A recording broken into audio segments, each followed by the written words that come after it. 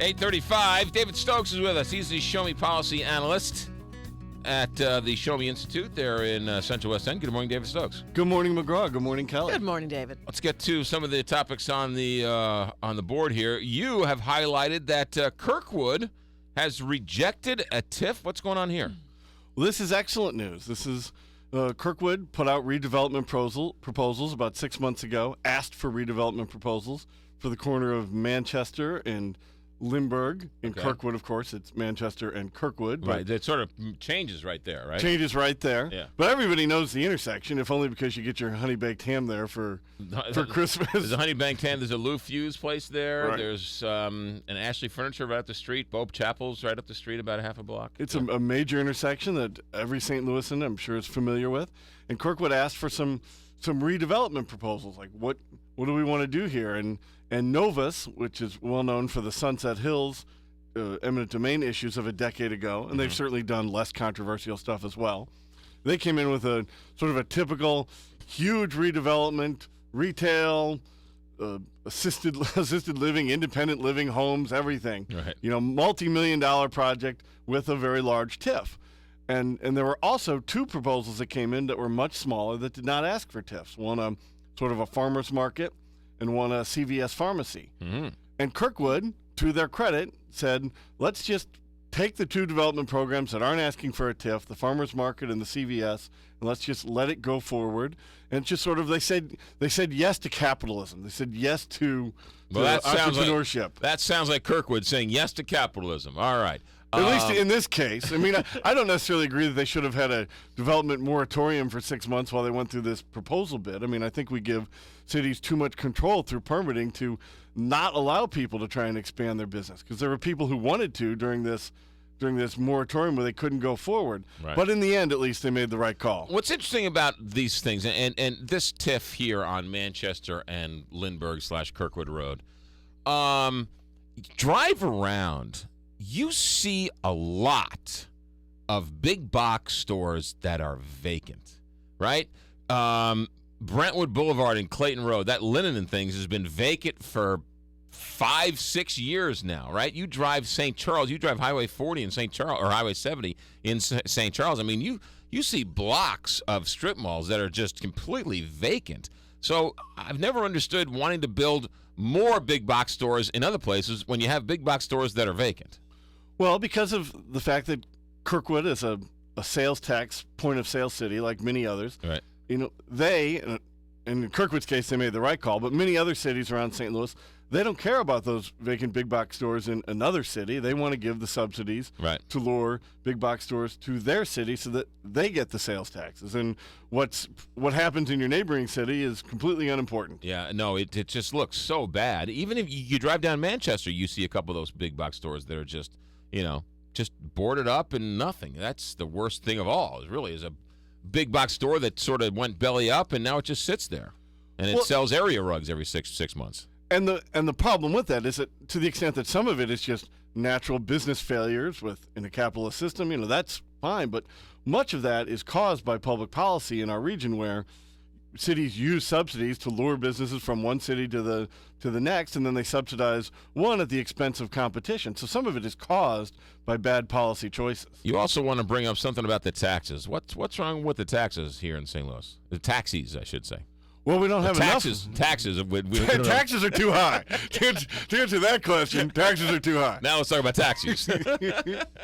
What's going on with taxis? Well, we don't have enough of them. Really? I thought we had too many. If you were out there on New Year's Eve trying to call a taxi all around St. Louis, and do you build a taxi policy for New Year's Eve? Do you build a baseball stadium for Easter? Do you build a church for Easter Sunday, or do you build it for every other Sunday? Yeah, I don't think of St. Louis as a taxi city. Yeah, where the need is all that great. Am I wrong there? Well, whatever you do is you let markets and customers make these choices, and not regulators who limit the amount of taxis that we can have, and who set a cap and prevent somebody from coming in part-time. We should have part-time taxi cab operators who just want to do it on New Year's and Mardi Gras and St. Patrick's Day. You should be able to just do this when you want to. And that's what Uber is about, in part at least. Uber is a nationwide car service. Is this the one with the giant mustache in the front of the car?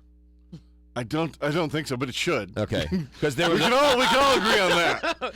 I would order a cab with that. There's some app where if you it's literally like, hey, I'm on the corner of 5th and Market, come pick me up, and somebody comes with a giant mustache on their car. That's how it signals that that's who the car is, and you go and pick up the car. Well, I'm not familiar with the mustache angle to this, but perhaps that is Uber, because that's what Uber does. They're the largest sort of company that does this. They're app based to order a private car service when you're on an intersection or at your house.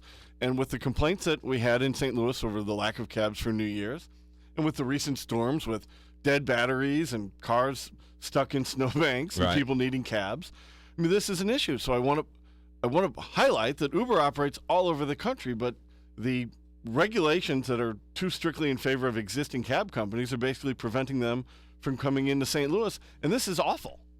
I mean, the regulators should not be there to prevent companies from opening in our area and limiting consumer choices. Why are there such regulations? Because the existing taxi cab companies like having strict limits on the amount of cabs that can have medallions and have limits, and the Metropolitan Taxi Cab Commission works very closely with the existing cab operators. I do know in New York, when you get off the plane in New York, there's a long line for taxis, but then they have a guy like, hey, you need a ride? You need a ride? And it's like this really nice car service that they can't promote, but they do it illegally. So you take a really nice, black sedan to wherever you're going, and you circumvent the other taxis. But it's unregulated, and you don't know who you're getting, and so it's a little sketch, and so you're a little worried. Something nice to know that the cab driver in the cab is not going to overcharge me, not going to overbill me. I know that he's not going to cut me up into little pieces. I don't know that when I just go online and ask for some guy to pick me up on the corner. Well, I don't necessarily think that Uber is unregulated in the cities that they operate, and they operate around the country. And you talk about the unregulated car services in New York City. There are plenty of regulated, and I hate using that term as a positive thing, but we'll go with it. There are plenty of car services that are regulated by the Taxi Cab Commission out there in New York that don't pick people up don't drive around looking for customers and don't stop at hotels and stay in the cab lines, but just respond to calls for requests for service. Right. And that's what Uber is. They're a car service, but they can't operate in St. Louis at all, even regulated basically, because they're, according to Uber, they're not allowed to park within a certain distance of any hotels or many other businesses. So there's no way customers are going to use them here. And there was an article a couple months ago on this in the Business Journal. It was a good article. And they had the typical quote from one of the members of the Taxi Cab Commission saying, sure, they can come in here, but they got to play by our rules. Like the 40 cities they're operating in don't have rules, that our rules are so special and so much better. And then he used the same tired cliche, like if they think they're just going to come in here and be the Wild West and not be regulated, that's not how it works. Well, in the days of online reviews and Google Maps that you can know how far you're going and everything, we don't need this sort of 70s, 80s system of regulation. I mean, people can tell if these companies are on the up and up very quickly online. And that's what's so great about the app system for Uber, and St. Louisans should have this choice. What about Megabus? What's this Megabus then? I'm a big fan of Megabus. I know they've had an accident or two that got a lot of publicity in our region, but Megabus is basically a modern competitor to Greyhound. I mean, nobody had entered the bus industry since I think the 1920s, when Greyhound had some nice press releases. But Megabus came in with very affordable tickets and tech-friendly buses. Like you can Wi-Fi. I mean, Greyhound has now adopted much of this, but they were the first to do it.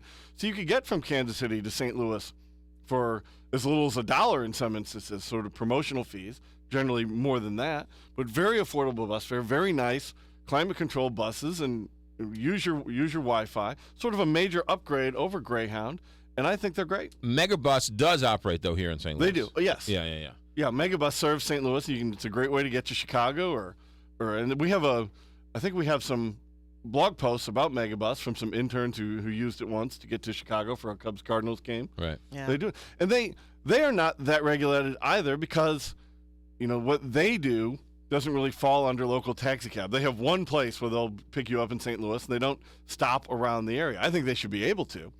But they don't. They pick you up in downtown St. Louis and then go to either Kansas City or Chicago or elsewhere. Right. So they're sort of exempt from some local regulations. They're more regulated at the national level. I want to find out more about this Uber. You're saying it's an app? You just download the app? More or Right. less? Yeah. There's a great comedians in cars drinking coffee episode with Jerry Seinfeld and Pat Oswalt where they use Uber, and it's really funny, really simple. Oh, was that what happened to them when the DeLorean broke down? Right. Oh, okay. Yeah, I didn't know what happened there. But they had a backup DeLorean. Right. Well, everybody, everybody's got a backup DeLorean. You should do a search for Conan O'Brien, Kevin Black, and Ice-T. And they did a bit on Conan's where they were on a street corner and they downloaded an app and they're like, we need a ride. So the guy shows up with a giant handlebar mustache on his grill, not the grill on his face, the grill on the car. And that's to show that was who was supposed to come and pick him up. I'll have to look for that. That sounds great. It's actually kind of funny, though. David Stokes, when can we read you? When can we see you? You can see a lot of information on these type of local government regulations, taxi cab industry, and many others at showmeinstitute.org, and you can follow me on Twitter at David C. Stokes. Have a good week. Have a good week, everyone. R&R Sanitation Porta Potties, ladies and